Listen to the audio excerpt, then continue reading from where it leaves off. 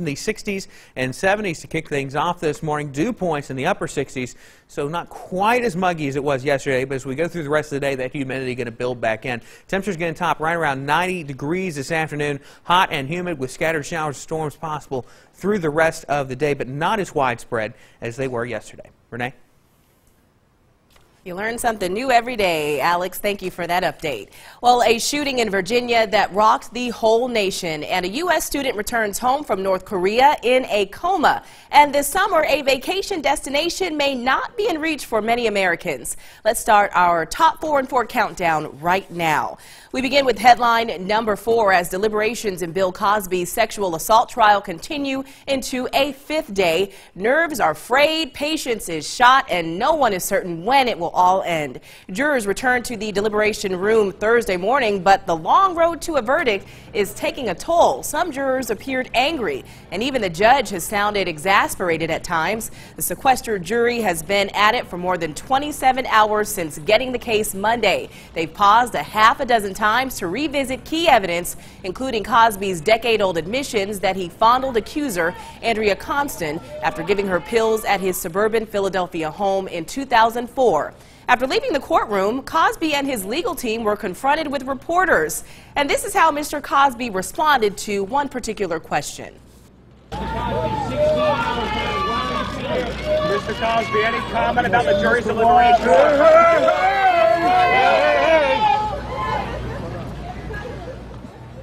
Yes, that just happened. Bill Cosby did a Fat Albert impression on his way out of the courtroom. Well, hey, Mr. Cosby, you're facing up to 20 years in prison if you get convicted, plus you'll have to register as a sex offender. Over 40 women have accused Cosby of similar allegations dating back all the way to the 1960s. Well, moving on now. Are you planning a trip this summer? Well, it turns out lots of Americans say they can't afford one. So instead of surf's up, bro, more like I'm too broke to go, bro. Here's headline number 3. According to a new poll by the Associated Press NORC Center Public Affairs Research, nearly half of Americans, 43%, say they won't be taking a vacation this summer. And among those non-vacationers, 49% cited the cost. Another 11% said they just can't take the time off from work. And if your employer offers paid vacation days, consider yourself lucky. 41% of workers say they get no paid vacation. Younger and lower income workers are especially likely to not get any paid time off. Well, here's headline number 2. A U.S. college student is still recovering after being released from North Korean captivity. The shocking part of this story is the young man returned home in a coma. An Ohio hospital spokeswoman says the American college student who was released by North Korea in a coma suffered a severe neurological injury. Otto Warmbier is in stable condition after arriving at the hospital just 3 days ago. His father, Fred Warmbier, says he does not believe North Korea's explanation that the coma resulted from botulism and a sleeping pill. Fred Warmbier said there's relief to have their son home in the arms of those who love him and anger that he was so brutally treated for so long. And topping this week's countdown is, of course, the shooting of Congressman Steve Scalise and 4 others at a baseball practice in Virginia. The business of the House resumed yesterday after a rifle-wielding attacker opened fire on Republican lawmakers practicing for a charity baseball game.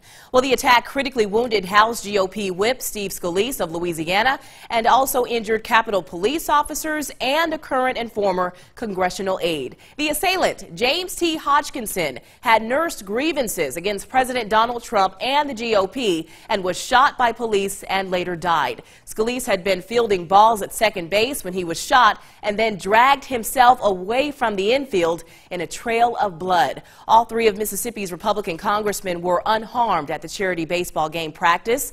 Representatives Trent Kelly and Stephen Palazzo were on the Republican team.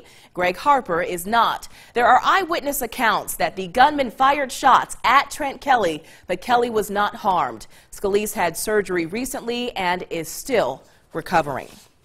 Well, there's no doubt about it. This has been such a crazy week, a scary week for us all. But one thing that was refreshing to see, the congressmen and women showing unity after this tragic shooting. Whether you were a Republican or a Democrat, one lawmaker said it best, we were all playing for the same team as we watched in horror that morning An attack on one member, that is an attack on all of us.